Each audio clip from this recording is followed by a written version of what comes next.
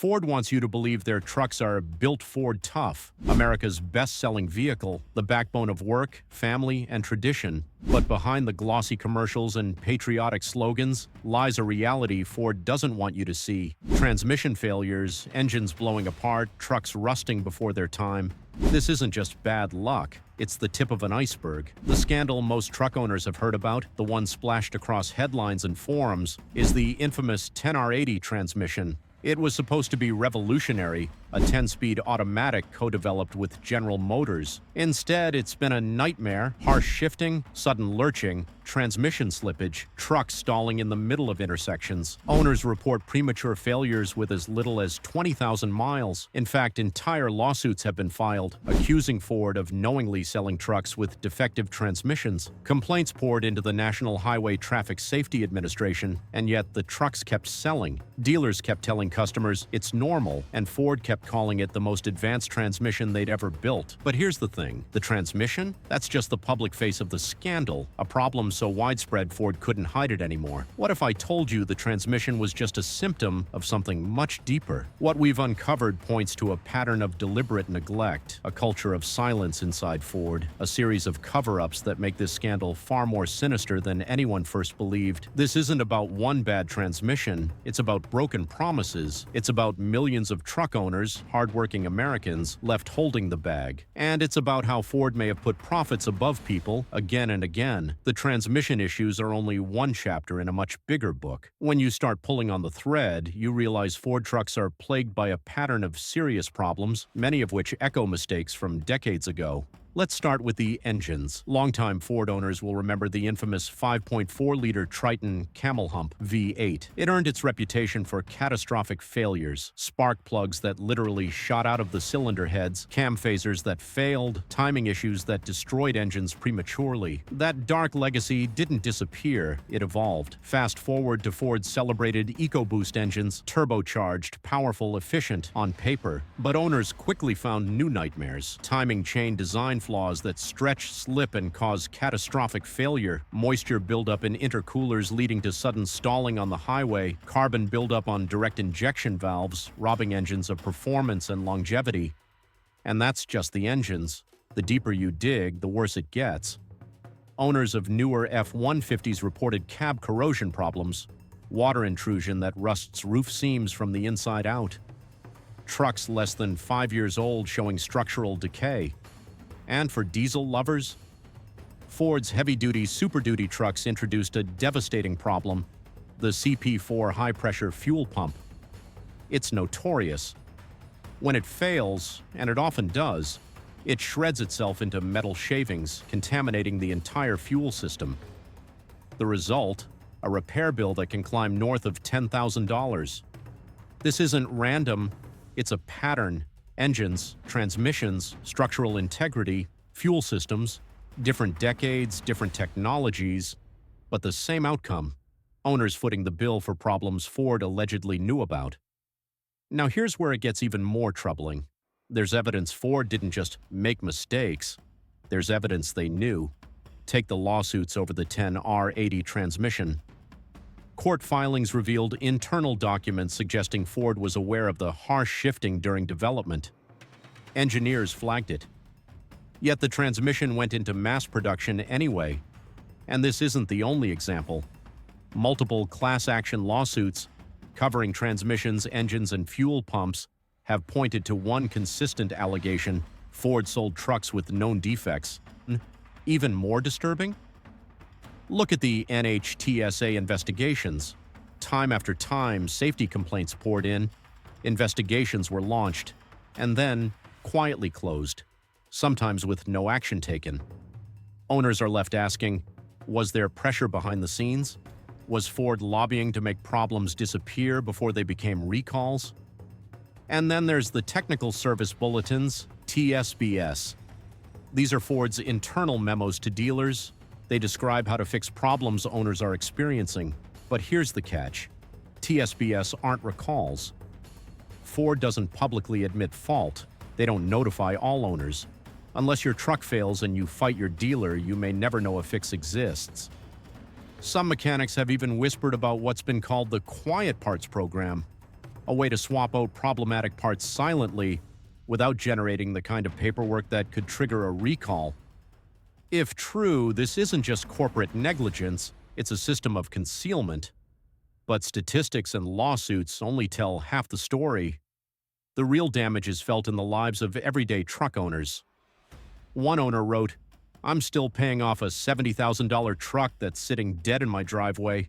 Ford refuses to cover it under warranty." Another shared, "My truck lost all power while towing my family camper on the highway. My kids were in the back seat. It could have killed us." And then there are the dealers. Many customers say they've been dismissed, gaslit, or charged thousands of dollars for repairs that didn't solve anything. One customer recalled, "Ford told me the clunking and jerking was normal operation. Then they hit me with a $5,000 repair bill." Behind every defective transmission, behind every blown engine, there's a family making payments on a truck they can't drive, a worker who can't get to their job site, a business owner losing contracts because their built Ford tough truck is in the shop again. This is the human cost of Ford's failure, and it's why this scandal is far worse than a single bad part. To understand why these failures keep happening, you have to look inside Ford's corporate culture. For years, Ford has been locked in a battle to hold on to its crown, the best-selling truck in America. The F-Series has been #1 for more than 4 decades. That kind of streak becomes more than a statistic. It becomes the company's identity, and with that comes enormous pressure. Insiders describe a culture obsessed with speed to market. New models rushed out the door to stay ahead of GM and Ram. Engineers warning about design flaws, ignored or overruled. Quality checks flagged problems, but fixing them costs money, and costs eat into profits. Remember, Ford's trucks aren't just vehicles, they're cash cows. The F-Series alone generates more revenue than many Fortune 500 companies, billions of dollars every year. That kind of profit creates temptation, cut corners, delay recalls, keep the assembly lines moving no matter the risk. The result? Trucks designed not necessarily to last a lifetime, but to last until the warranty expires. After that, the financial burden shifts squarely onto the customer. This isn't just about faulty parts, it's about a systemic failure in priorities.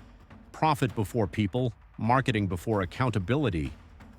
Of course, Ford doesn't deal directly with most customers, its dealers do, and here's where another layer of dysfunction appears. Dealers are caught in the middle. They're the ones telling customers, Ford says it's normal, even when it's clearly not.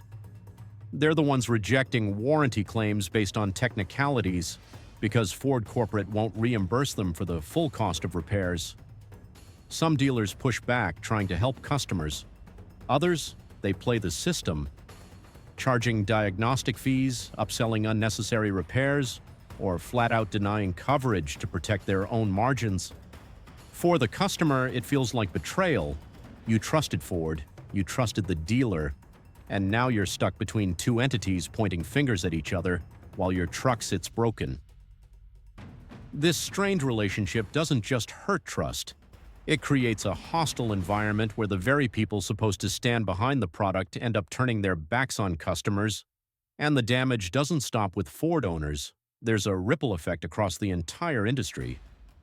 Every time Ford sweeps a defect under the rug, it chips away at consumer trust, not just in Ford, but in all American trucks. Buyers start asking, if Ford can get away with this, what about GM? What about Ram? Then there's resale value. Used truck buyers, often working-class families or small business owners, may unknowingly inherit ticking time bombs. A defective transmission or failing fuel pump doesn't just wreck an engine, it can wreck someone's financial future. If Ford can't stop the bleeding, desperate measures may be the only path left, and that's where things get truly grim. Historically, when automakers hit crises of this magnitude, the playbook is brutal. Plant closures, mass layoffs, and sweeping restructuring. And Ford may be inching closer to that scenario than most people realize. First, let's talk about plant closures. Ford's truck production is concentrated in key facilities like the Dearborn truck plant in Michigan and the Kansas City assembly plant in Missouri. These plants aren't just factories, they're the backbone of Ford's identity. Shutting one down would be unthinkable. But if sales keep slipping, Ford could be forced to idle shifts, scale back output, or even shutter entire facilities to cut costs. That would devastate local economies because each plant employs thousands directly and supports tens of thousands more in supply chains, restaurants, logistics, and nearby businesses. A single Ford truck plant closing could ripple across entire communities like a financial earthquake. Next comes layoffs. Ford employs over 170,000 people worldwide, with tens of thousands tied directly to truck production.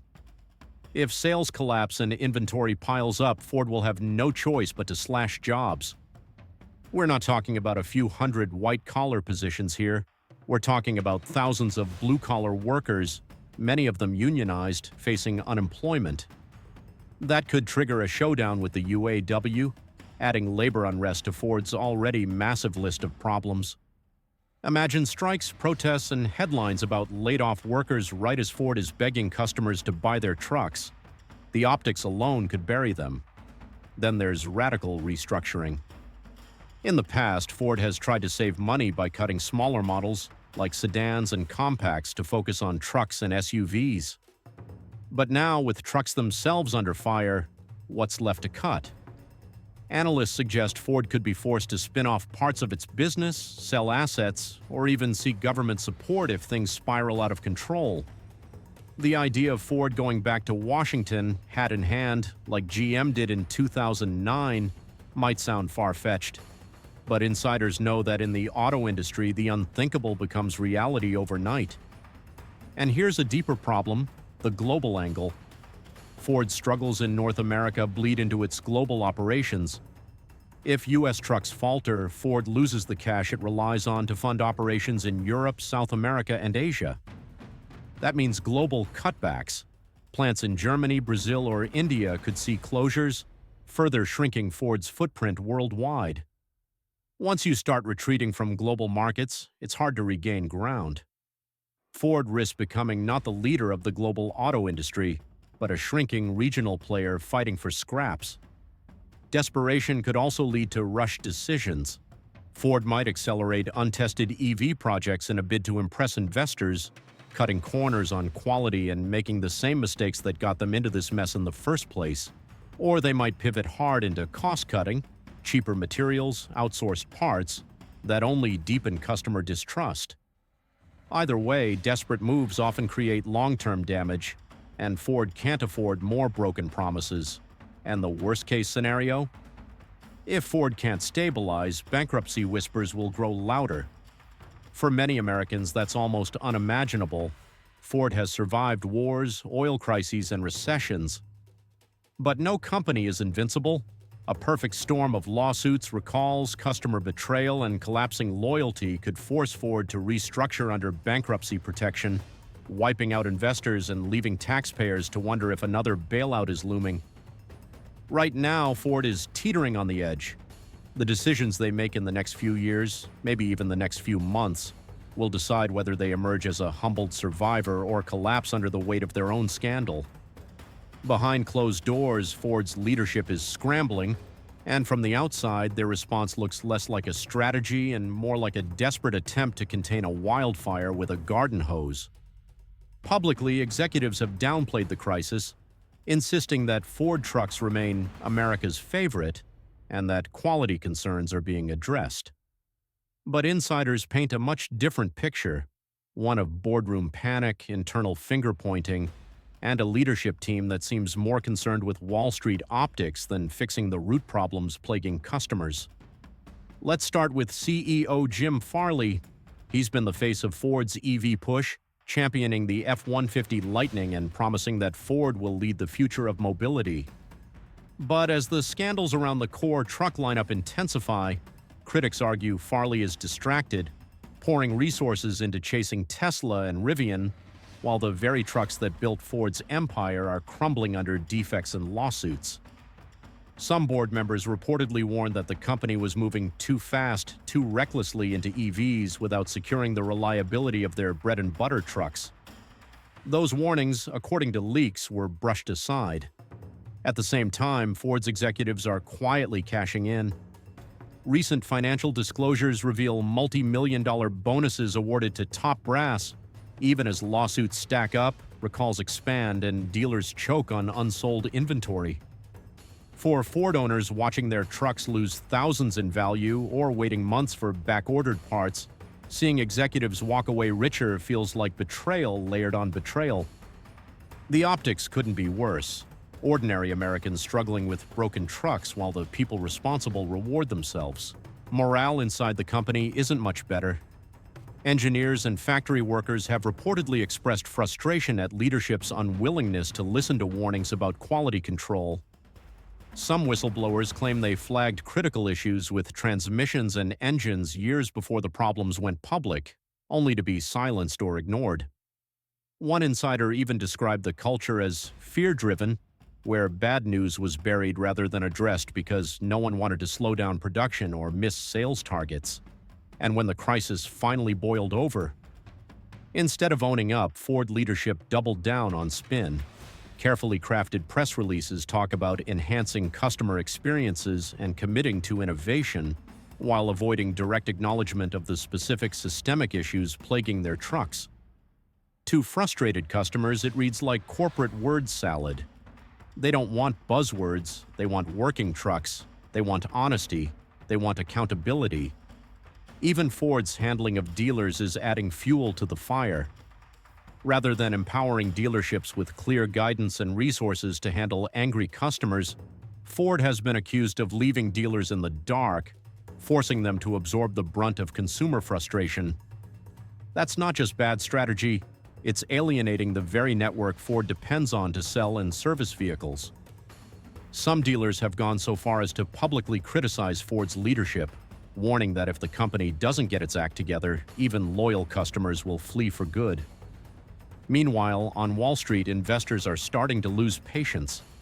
Analysts say Ford's leadership has been too reactive, chasing headlines instead of creating a real roadmap out of the crisis. The company talks about transformation, but the market sees chaos. Stock prices have already slipped, and if lawsuits or recalls escalate further, Ford could face a brutal investor exodus that would choke the very capital they need to fix the problems in the first place. And here's the chilling part. Some insiders whisper that Ford's leadership knows the scale of this disaster, but they're hoping to delay the reckoning. By stretching out recalls, quietly settling lawsuits, and leaning heavily on PR campaigns, they're essentially betting that customers will forget before the truth fully comes to light. But with social media exposing every breakdown, every angry customer, every lawsuit filing in real time, that strategy feels doomed from the start. The executives at Ford may believe they're buying time, but in reality, they're losing trust by the second. And once trust is gone, it's nearly impossible to win back. And here's where the story takes a sharp and dangerous turn. This isn't just a Ford problem anymore. The scale of the scandal is so massive, so high profile, that it's now threatening to drag the entire U.S. truck industry into the crosshairs of regulators, lawmakers, and even rival automakers. Because when one giant stumbles this badly, the ripple effects spread fast. Let's start with Jeep. At first glance, Jeep might seem like it's in a different category, more SUV-focused with icons like the Wrangler and Grand Cherokee, but Jeep also plays in the truck market with the Gladiator, and it's owned by Stellantis, the same parent company behind Ram. That means any government investigation into truck safety, emissions, or false advertising won't stop at Ford. It could expand into Jeep and Ram as well. Already, consumer watchdog groups are calling for broader reviews, demanding to know whether other manufacturers have cut similar corners or hidden defects from buyers. The fear is that Ford's scandal could expose a pattern across the entire American truck market. And then there's GM. The Silverado and Sierra are direct competitors to the F-Series, and they've had their own share of recalls and quality complaints in recent years. If regulators decide Ford's scandal warrants deeper industry-wide scrutiny, GM's trucks could face fresh investigations. Even if GM is clean, the mere association with Ford's disaster could tarnish their image. Customers don't differentiate between Ford's mistake and the truck industry's mistake. they just start questioning all of them. Ram is in an especially precarious position. Their trucks have been chasing Ford for years, and while this scandal might look like an opening for them to gain market share, it's also a trap. If customers suddenly feel like all U.S. trucks are unreliable, Ram doesn't gain, Toyota and even foreign competitors do. The Toyota Tundra and Nissan Titan, while smaller players, could swoop in as safer bets for buyers spooked by Ford's meltdown. Imagine the humiliation if foreign brands seize on Ford's scandal to finally crack America's truck stronghold. And here's the really dangerous part. Washington is watching. Ford's scandal has already caught the eye of lawmakers, and if this spirals, we could see congressional hearings,